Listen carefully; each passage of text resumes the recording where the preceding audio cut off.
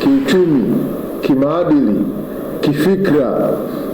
Kwa hiyo tupate viongozi ambao watatuvusha katika maeneo hayo, katika dhana ile ya kujitambua, kubadilika na kuacha mazoea. Kwa hiyo ninatambua kwamba pia kuna katika uchaguzi zilizopita katika sehemu za kata, wilaya, katika misikiti, kuna maeneo yalipata changamoto mbalimbali.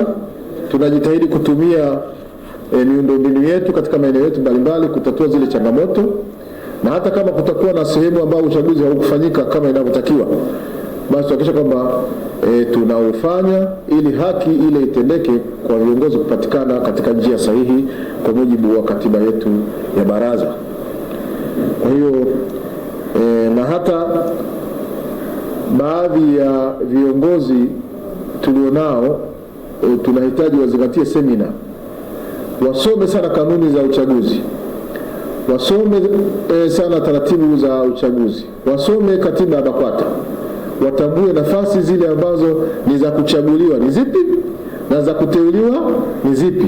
Kuna baadhi ya viongozi ambao wanateuliwa hawachaguliwi, lakini kuna watu wanakwenda kuomba fomu za nafasi ambazo si za kuchaguliwa.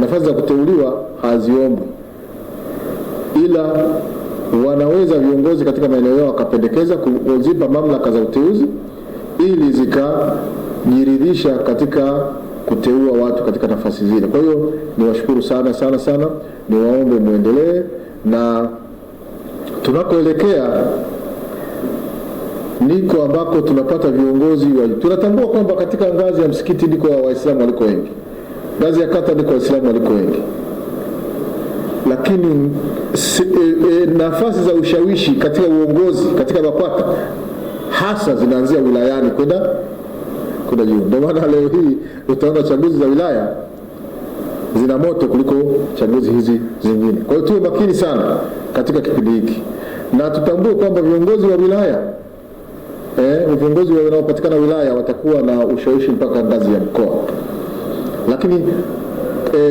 mkutano mkuu wa mkoa utachagua viongozi wa kitaifa, baadhi yao katika maeneo yale. Kwa hiyo tuhakikishe kwamba tunahabarisha umma vizuri, na ikifika kipindi hicho tutajitahidi kila sehemu uchaguzi unapofanyika wawepo waandishi ambao pengine wanaweza kuleta habari mubashara, ili kuona mazoezi yale yanafanyika kwa haki, kwa uadilifu na kufuata taratibu na kanuni tulizojiwekea ndani ya Baraza Kuu la Waislamu wa Tanzania, BAKWATA.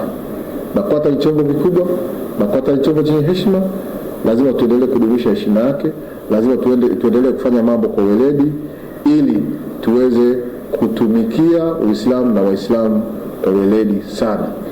Kwa hayo machache niwashukuru na niwatakie kazi njema. Wabillahi tawfik wa assalamu alaikum wa rahmatullahi ta'ala wa barakatuh.